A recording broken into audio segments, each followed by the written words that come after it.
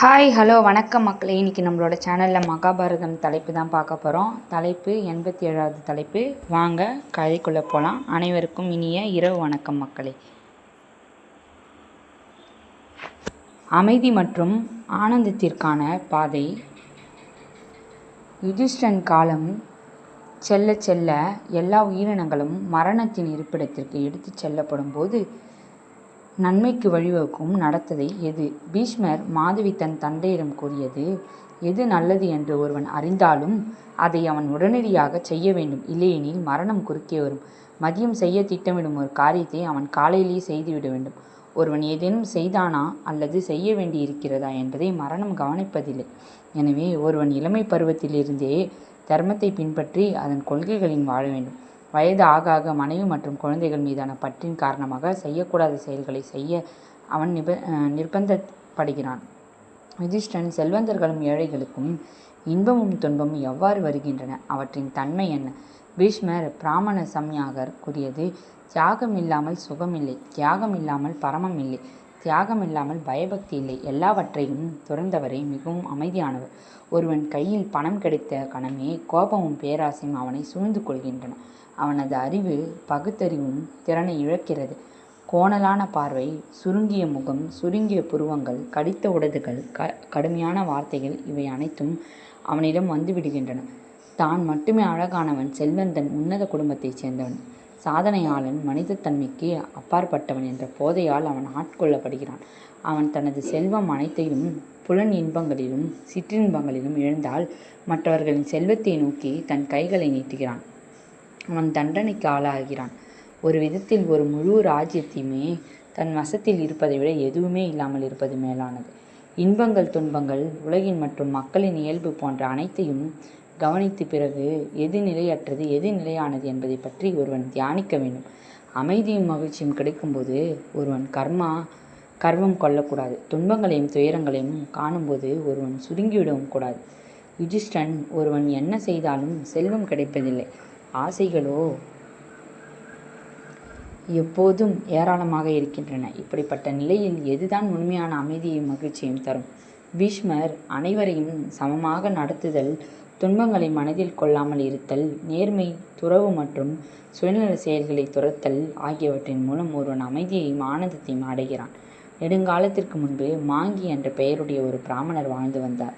செல்வந்தராக ஆவதற்கான அவரது முயற்சிகள் அனைத்தும் பயனற்று போனதால் தன்னிடம் இருந்த சொற்ப பணத்தை கொண்டு 2 காளைகளை வாங்கினார். அவற்றை வீட்டிற்கு கொண்டு வந்து கொண்டிருந்தார். வழியில் அவர்கள் உறங்கிக் கொண்டிருந்த ஒரு ஒட்டகத்தை கண்டனர். காளைகள் பயத்தில் துள்ளத் தொடங்கின. ஒட்டகம் விழித்து கொண்டு அவற்றை நோக்கி ஓடியது. 2 காளைகளும் ஒன்றோடொன்று கட்டப்பட்டிருந்ததால் ஒட்டகம் அவற்றை நோக்கி விரைந்தபோது அவை மேலே தூக்கிச் செல்லப்பட்டு 2 கனமான காதணிகளைப் போல ஒட்டகத்தின் மீது அமர்ந்தன. இந்த நிலையில் ஒட்டகம் வெறித்தனமாக தான் கால்களை உதைத்து கொண்டு தாறுமாறாக ஓடி இறுதியில் காளைகளுடன் தப்பிச் சென்றது. அந்த நேரத்தில் அந்த பிராமணர் நினைத்தார், எவ்வளவு முயன்றாலும் என்ன பயன்? விதிவசத்தால் அமையாத ஒன்று எனக்கு எப்படி வந்து சேரும்?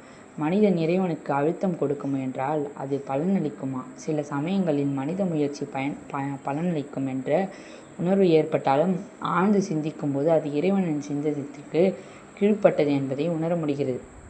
எனவே ஒருவன் அமைதியையும் ஆனந்தத்தையும் விரும்பினால் அவன் துறவு மற்றும் பற்றிமை எனும் பாதையை கடைபிடிக்க வேண்டும். இதுவரை தன் ஆசைகள் அனைத்தையும் நிறைவேற்றி கொண்டவர் எவருமில்லை. ஆனால் ஆசை என்பது ஒரு மனிதனின் வாழ்நாள் முழுவதும் வளர்த்து கொண்டே இருக்கும் ஒன்று. ஒருவன் அதற்கு எந்த அளவிற்கு இரையாகிறானோ அந்த அளவிற்கு துயரம். யுதிஷ்டன், கவலையிலிருந்து விடுபட்டு உயர்ந்த நிலைகளை அடைய ஒருவர் பின்பற்ற வேண்டிய நடத்தை என்ன? நெடுங்காலத்திற்கு முன்பு கவலையும் கலக்கமும் அறவே இல்லாத ஒரு பிராமணரிடம் பிரகலாதன், நீங்கள் எப்படி எவ்வளவு மன அழுத்தத்திலிருந்து இருக்கிறீர்கள் என்று கேட்டான். அதற்கு அந்த பிராமணர் பின்வருமாறு கூறினார், உயிரினங்கள் யாருடைய வார்த்தைகளையும் கேட்பதில்லை. அவை காரணமின்றி பிறக்கின்றன, அவை வளர்கின்றன, இறக்கின்றன. எனவே நான் இதை பார்க்கும்போது எனக்கு மகிழ்ச்சியோ துக்கமோ ஏற்படுவதில்லை. அனைத்தும் அதன் அடிப்படை இயல்பின்படியே செல்கின்றன. இணைந்திருப்பது பிரிய வேண்டும். நான் எதன் மீதும் தாழ்வு மனப்பான்மை என்ற உணர்வை என் மனதில் கொண்டு வருவதில்லை. பெரியதும் சிறியதும் ஆசையும் தன்மையுடனும் நிலையானதும் வான் மற்றும் கடல் சார்ந்ததும் அனைத்து உயிரினங்களும் ஒரு நாள் அழியத்தான் வேண்டும். ஆடைகளை அல்லது மற்ற நார்களிலோ அல்லது விலங்குகளில் தோலிலோ செய்யப்பட்ட ஆடைகளை அணிவேன். மற்ற நேரங்களில் விலையுந்த பட்டு ஆடையை அணிவேன். எனக்கு என்ன கிடைக்கிறதோ அதை அணிவேன். தர்ம வழியில் தானாகவே எனக்கு கிடைக்கும் எந்த ஒரு இன்ப பொருளையும் நான் மறுப்பதில்லை. ஆசைகளையும் வெறுப்பையும் அச்சத்தையும் பேராசையையும் கவலையையும் பற்றுகளையும் துறந்து அஜகார சாபத்தை பின்பற்றும் அந்த மகான் எப்போதும் மகிழ்ச்சியாக இருப்பார். யுதிஷ்டன், ஓ தாத்தாவே, மனிதனின் முதன்மையான புகலிடம் எது? அது கர்மாமா, செயல், ஐஸ்வர்யமா, செல்வமா, அல்லது விவேகமா, ஞானம், பகுத்தறிவு? உண்மையில் பிரக்ஞை எல்லாவற்றையும் அறிந்த நிலை அல்லது விவேகம், ஞானம் தான் புகலிடங்களிலிருந்து மிகப்பெரியது. அங்கிருந்து மட்டுமே பெரும் நன்மைகள் உண்டாகின்றது. இந்திரன் ஒரு முறை காசியபருக்கு அறிவுறுத்தியிருந்தான். அந்த கதையை இப்போது கேளுங்கள்.